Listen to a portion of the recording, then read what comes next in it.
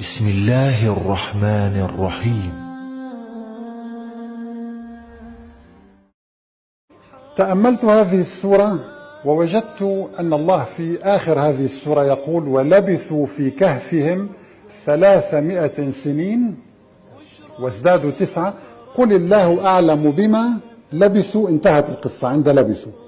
انتقل الحديث بعدها: له غيب السماوات والأرض إلى آخره، صفات الله تعالى. وفي بداية القصة يقول تعالى: لنعلم أي الحزبين أحصى لما لبثوا أيضا أمدا نحن نقص عليك نبأهم بالحق. هنا بدأت القصة.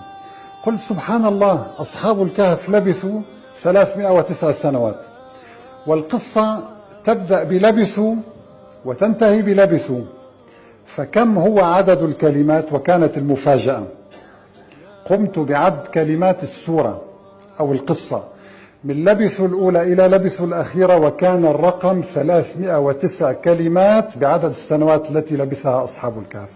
سبحان الله.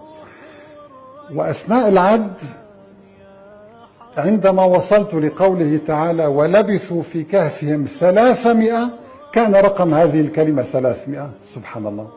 بالله عليكم، هل يمكن لمحمد عليه الصلاة والسلام أن يؤلف لنا قصة ويضبطها بهذا الشكل البلاغي الرائع، ويأتي عدد الكلمات من لبثوا إلى لبثوا يساوي 309 ما لبثه أصحاب الكهف؟